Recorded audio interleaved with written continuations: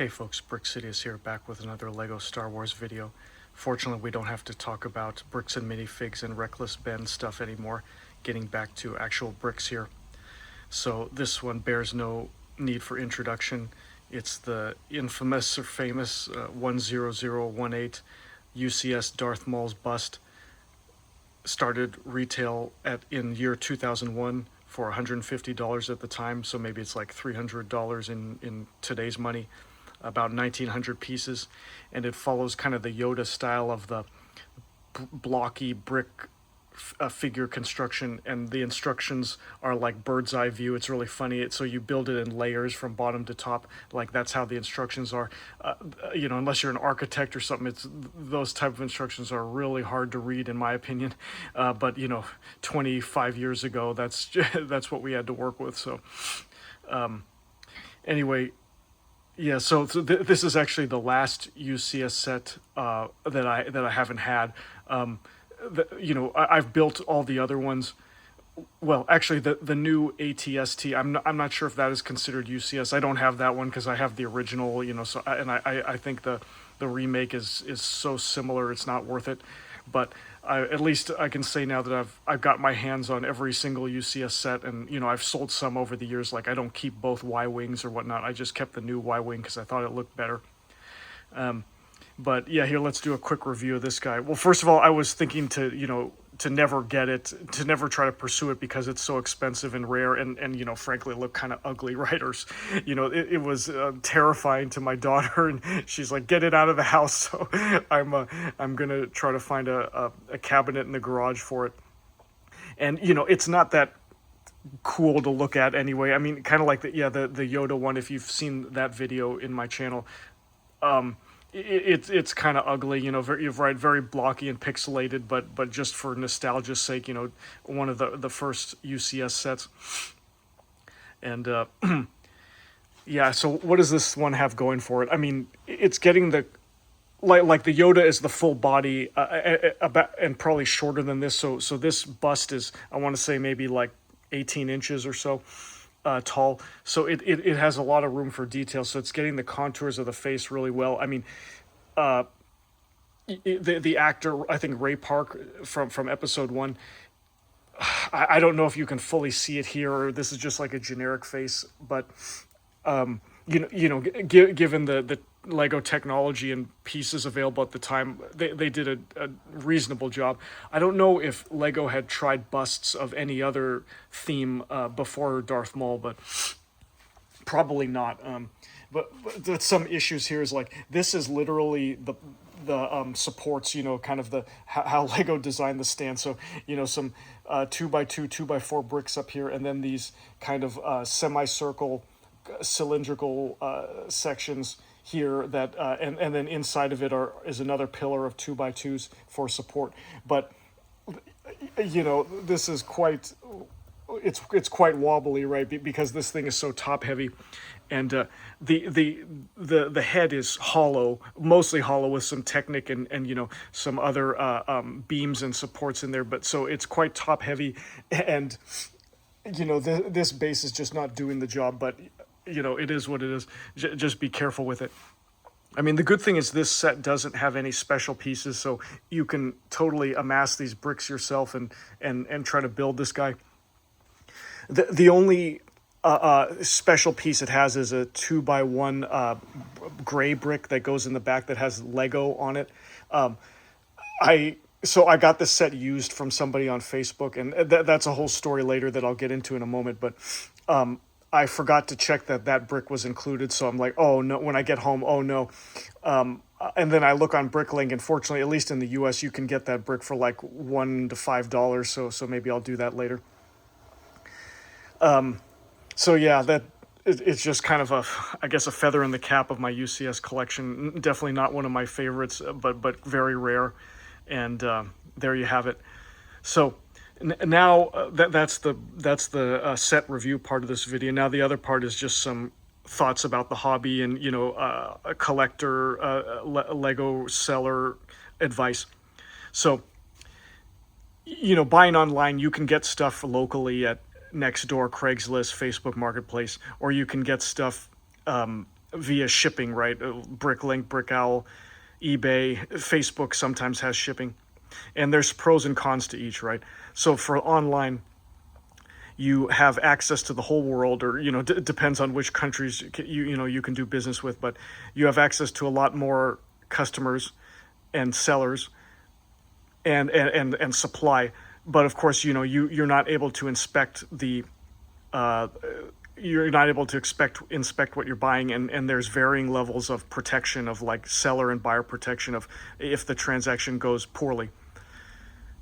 So yeah, each option has risks, right? And then the local stuff is Craigslist, Nextdoor, Facebook. You might get better price deals because you're dealing with less sophisticated people who don't know the Lego as much. So that's pros and cons, right? People who don't know Lego, they can't answer your questions. They may be selling things or describing the sets incorrectly just out of their ignorance.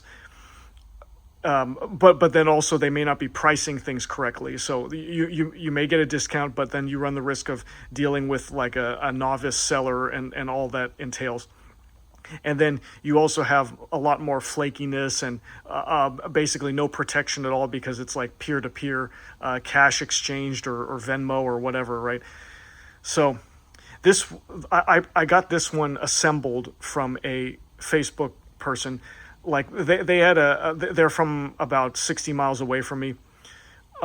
So we met up, in between, and this set seems to be going on eBay complete, like even missing instructions, probably because like no one kept instructions back 20 years ago, and actually there's no instructions available for sale on Bricklink, so I don't know how many people have them in the world, or how many are still left. But of course, there are a few NIB of Darth Maul still out in circulation, but it'll cost you over 1,000. So at worst, I think I'm just going to print the PDF instructions and just, for record keeping, just to have a copy. This Facebook person who seems to be like kind of running a small toy reselling business. So I thought they were kind of, legit, and they knew their stuff. And one, just to have your hands on this type of set, like he knew what set number it was and everything. So I thought like, okay, this guy knows a decent amount of Lego and was selling it for 500. So, no box, no instructions. And he said it was bricks complete.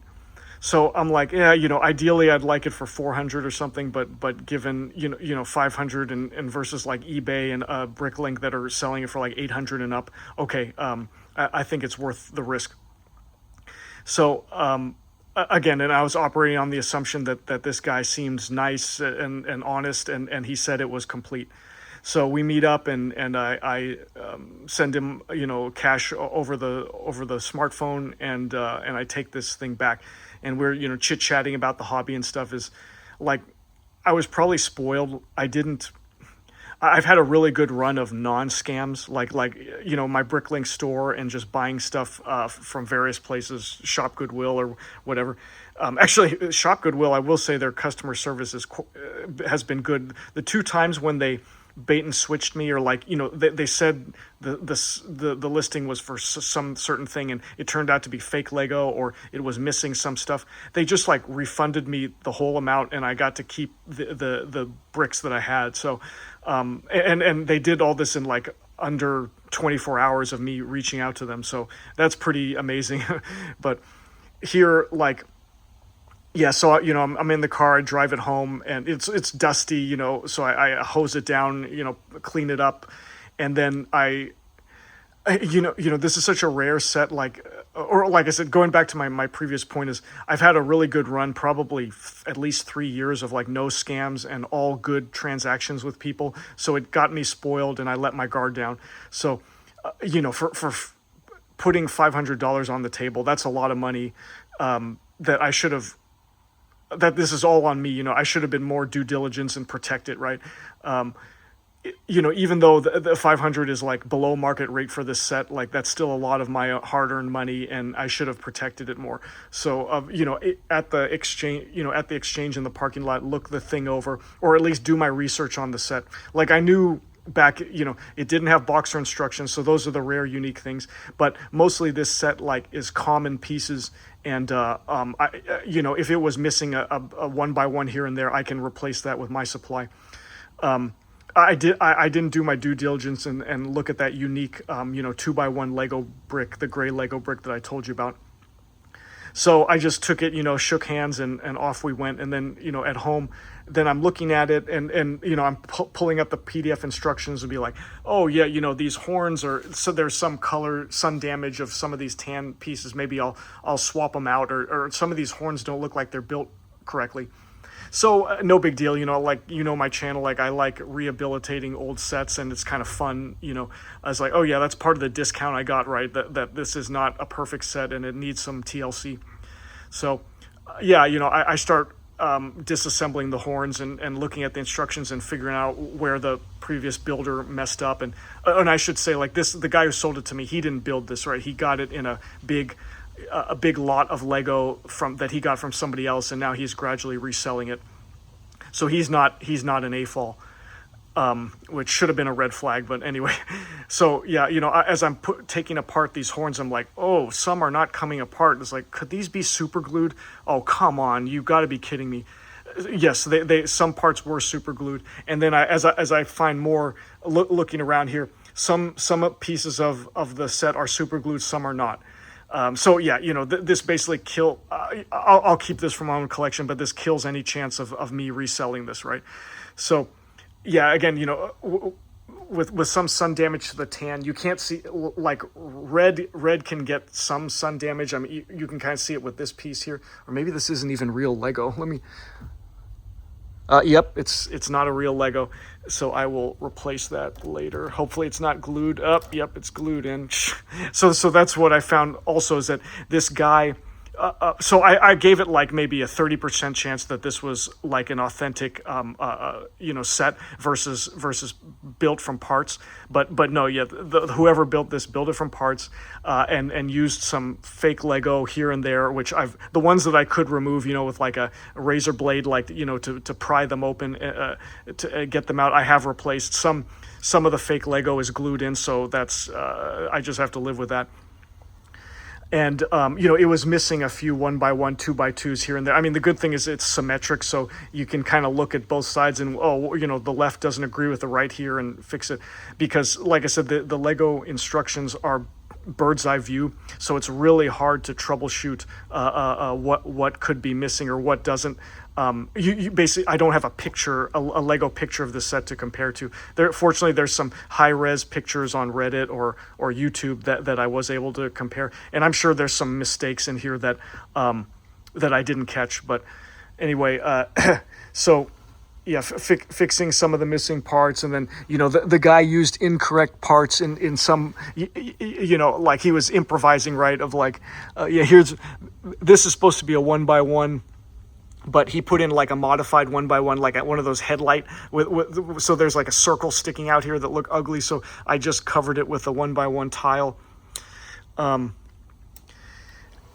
then one thing I didn't realize too is like, oh yeah, I got plenty of spare parts to fix up the horns and stuff. But this set is so old, it was using this jumper, 2x1 jumper plate here.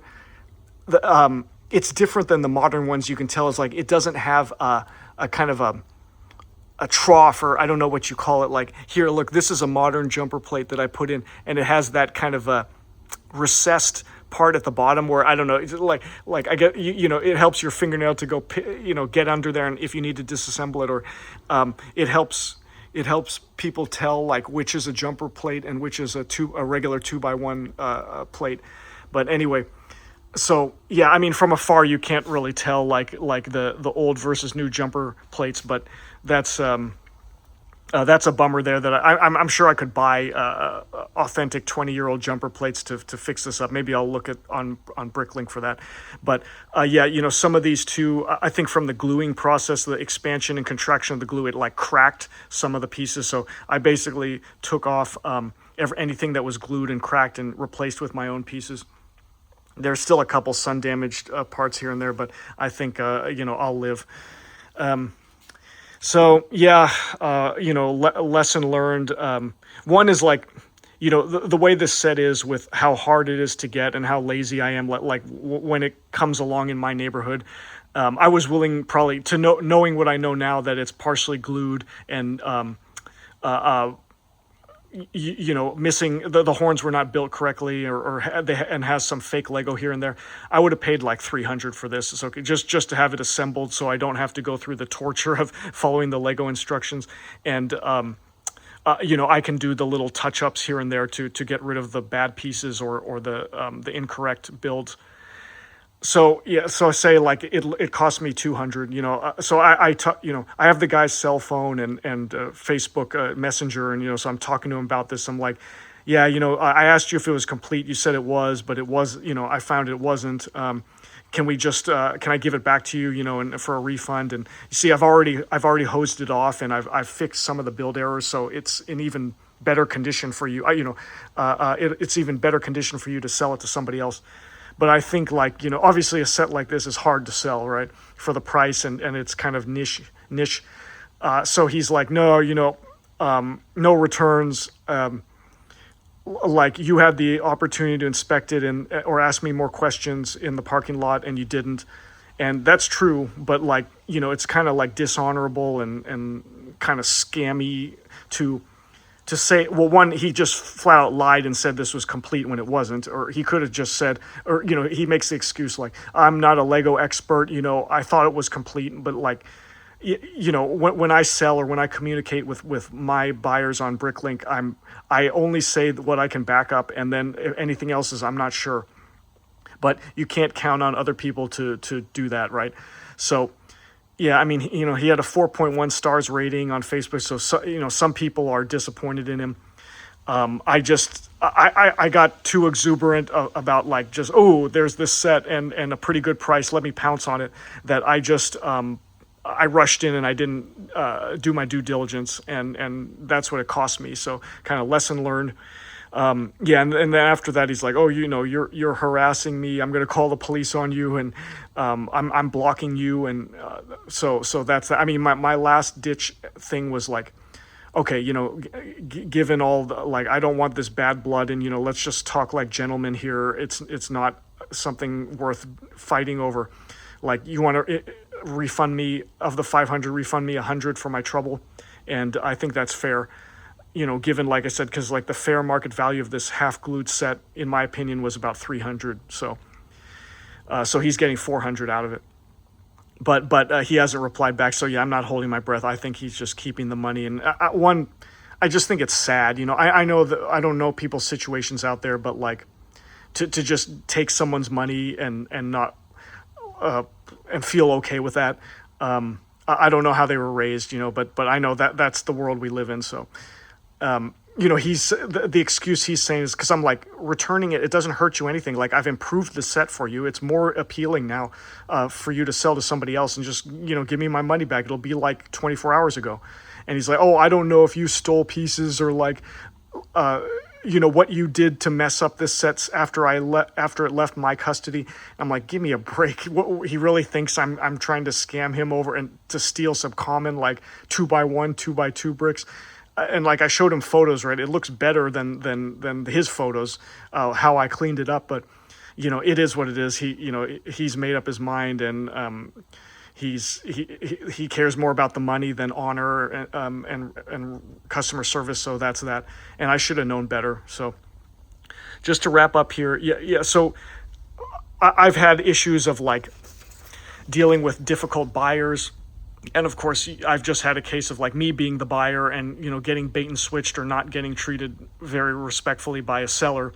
But, for any of you who sell Lego out there, the biggest thing I worry about is selling sealed sets because I cannot verify what's in those boxes, right? They shake them and they sound like Lego are in there. And you look at the tapes and the tape, the box tape don't look to be tampered with, but you just don't know for sure, right? So you sell this set to somebody else, and if they're dishonest, imagine you could be it's actually a legit Lego set, the Lego are in there, and then he could plant pasta in there and show you photos like, hey, what's up, man? Like, you sold this Lego set to me. It was only pasta inside. I want a refund.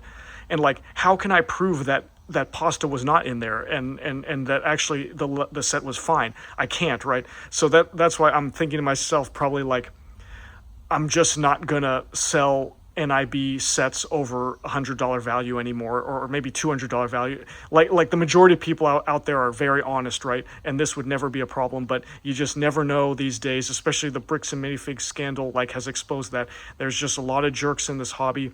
I just found that out, the hard way with the Darth Maul here.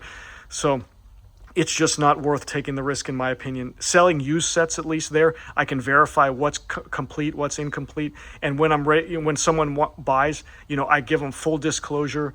I send them extra photos of like, hey, yeah, a lot of detailed photos of the minifigs, their torsos and stuff, of like the common damage points, of like, say, look, hey, before I packed up the set on, June 10th or whatever, this is the condition it's in, and then, of course, always insured shipping.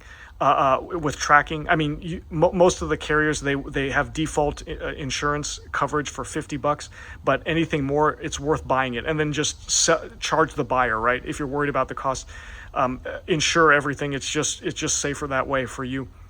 And I've had 2 cases where FedEx lost the packages, right? And I needed to file a claim, and fortunately, I got my money back. But it does happen. It's just worth it for the $3 for insurance, right? So, yeah, and especially like I sell boxes, collectible boxes, old Star Wars UCS or 10, 15-year-old Star Wars sets, and yeah, there's demand out there. Like people pay $50, $80 for a box. And so that, especially, boxes have a bunch of blemishes on them. So I take pictures, high-res pictures, send it to the buyer and be like, here's the condition of the box. Please confirm that you're happy with it, and I will ship it to you. And of course, yeah, for my BrickLink at least, I will allow returns. I don't, if the buyer pays for return shipping, I will allow returns. I don't want to deal with fights, and I want my customers to be happy. But that too, like, what if a scam is like, hey, yeah, I want to return this, I don't like it, and then what if they don't return all the pieces, right? They keep like some precious minifig, and they're like, oh no, it didn't, it wasn't in here, just like bricks and minifigs, like, oh, the chrome C3PO, I found it on the floor there. They might have tried to steal it from that one boy who did the test. So yeah, it's really sad that that's the way the hobby is now, but we just have to protect ourselves. And yeah, so like I said, yeah, take all these photos like, hey, this is all the contents of the stuff that I before I boxed up and mailed to you, and I expect all that back, otherwise you're not going to get a refund. So yeah, that's just my kind of wisdom to share over decades of buying and selling Lego. And please share in the comments like your experiences or lessons learned. And thanks for watching, and I will see you next time. May the Force be with you.